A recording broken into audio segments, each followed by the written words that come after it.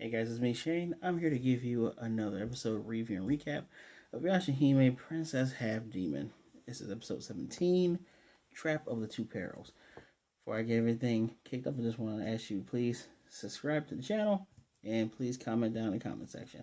Alright, so if you remember last time, it was episode featuring Moroha and Moroha's teacher. I think her name was Yazaria. Yeah, somewhere around there. Yawari, something like that. Cool character design, but kind of a one and done, unfortunately.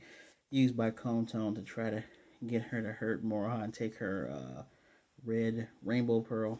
That didn't work out. But on this episode, we have Jubei meeting up with Riku, or I always call him Rikumaru, but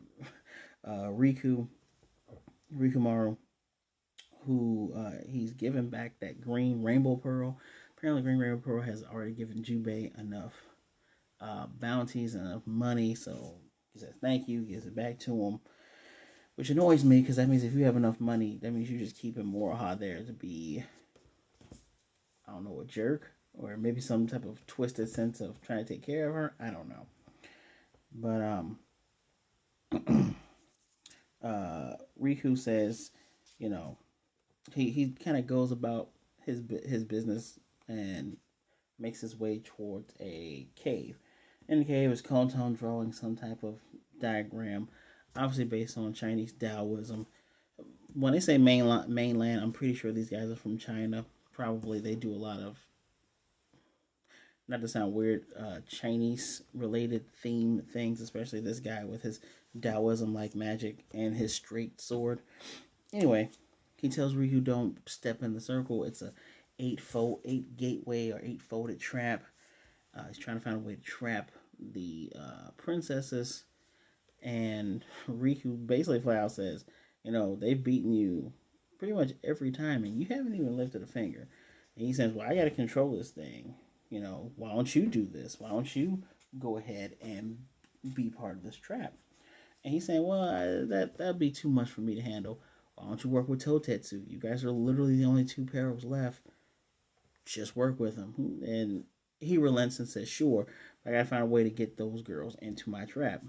Riku also says, don't worry about it. I'll do it. You're being awfully generous, he says, and he just kind of brushes it off and says, don't forget, Kiramaru wants their rainbow pearls. We got cut soon, well, after the theme, we're cut over to Zero, the demoness, and she's speaking with Kiramaru, who's, looks like, I think he's reading a book or eating an apple. I don't remember, but she says, you're supposed to kill those girls. She's like, I am. He's like, yeah, you lost two Perils. What's going on? And he says, Riku's on it. He is my most trusted retainer. I believe in him. And Zero's like, okay, cool. So he kind of walks away. And at this point, we are shown back to Sasuna and Toa. They're talking to an older gentleman. They're looking for a mount, I think Mibushi or Miyabushi. I didn't bother writing that part down. I'll explain later. He's saying, no, we're on Mount Oibushi. He points to where the mountain is. He's like, I've never heard of this other place. Toa's lamenting or trying to find this dream butterfly. Sasuna, of course, is like, I don't care. I don't need it. Blah, blah. Tsundere, Shishomaru talk, blah, blah, blah. We cut right back over to the corpse dealer. Moroha is shining the giant purple jug that's there. Takeshi's being annoying as all hell. Talking about, yeah, maybe you'll make enough before lunch. She's done with it. Like, she's obviously tired of the rigmarole. And Rikumaru comes in and says, hey. And he pretends to have a question, but obviously this dude's a liar. He knew about all this stuff from 2 episodes ago. He knows what's going on. And he comes in and he says, oh, there's you, demon hunting princess. I did hire you guys and pay you up front to get rid of 4 Perils. There's 2 left. And Moron's like, I would kill them if I knew where they were. He then gives her a lead on where Totetsu is. She says, cool. And he says, why don't we go and get the twins. They're going to grab Takeshiyo because Jubei told them to go and help them so they can get a mount to fly around. Meanwhile, the princesses, the twins, are I think they're at the Tree of Ages. And Sasuna's playing the violin.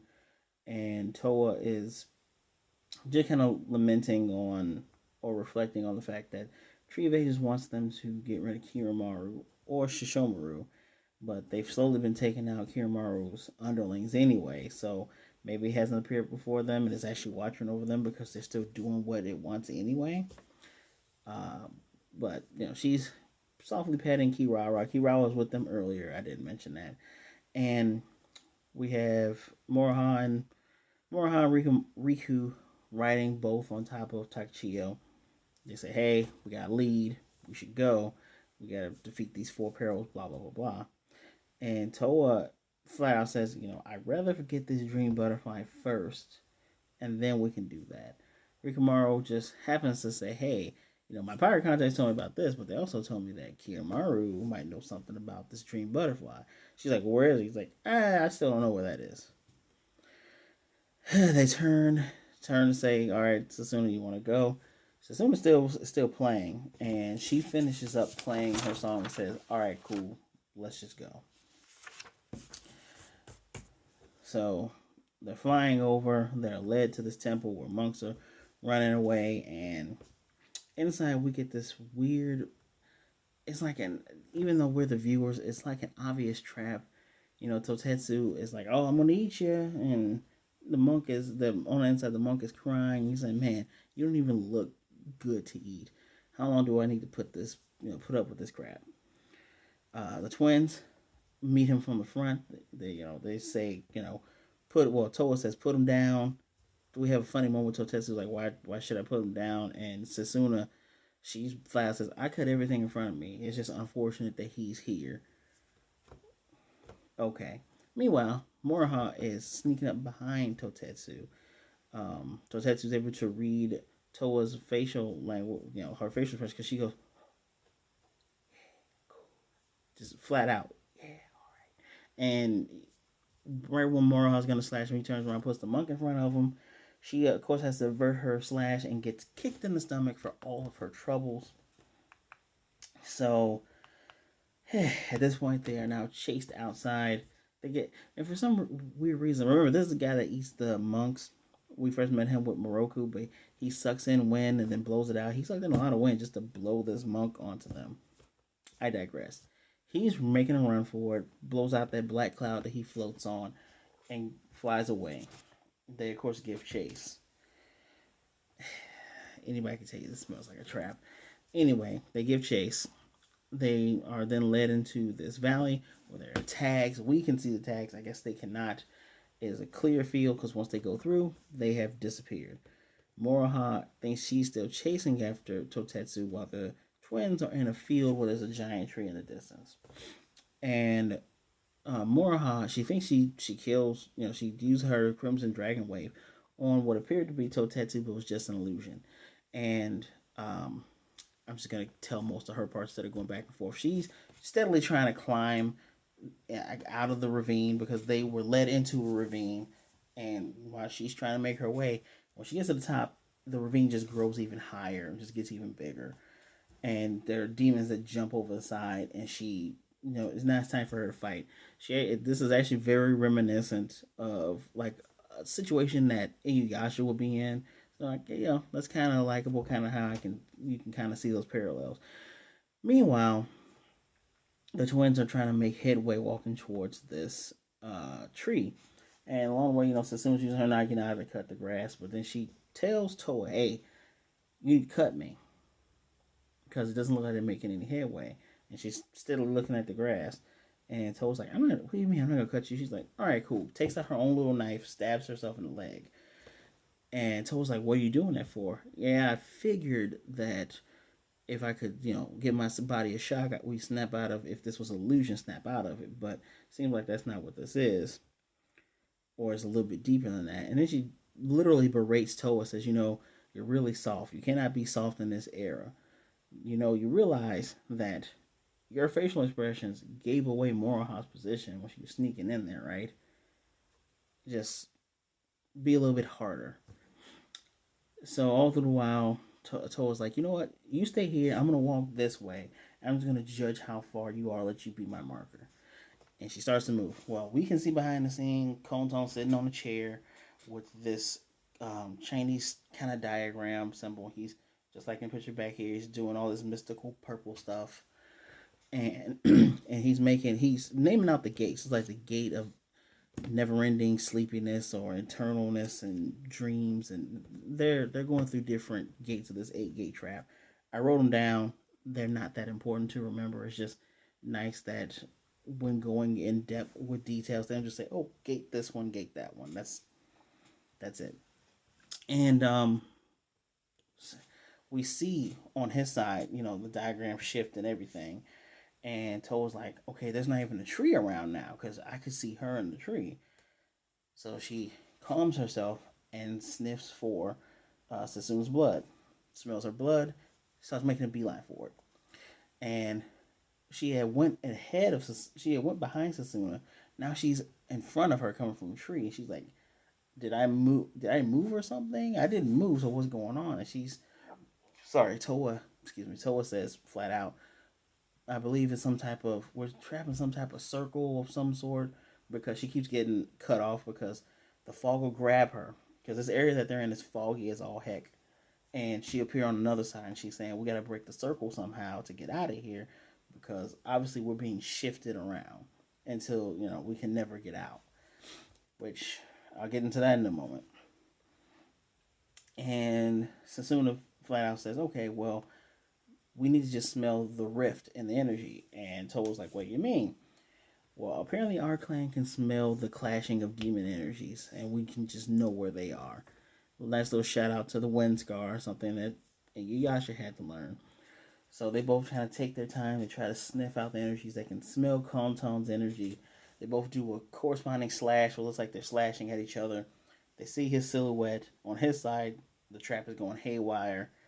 They both slash through, and now they're face to face with him in this small little gazebo hut thing.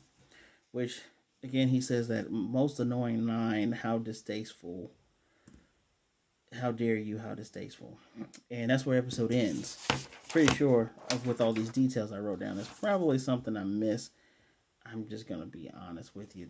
I kind of found this episode boring. I was more or less chugging through. I really expected more.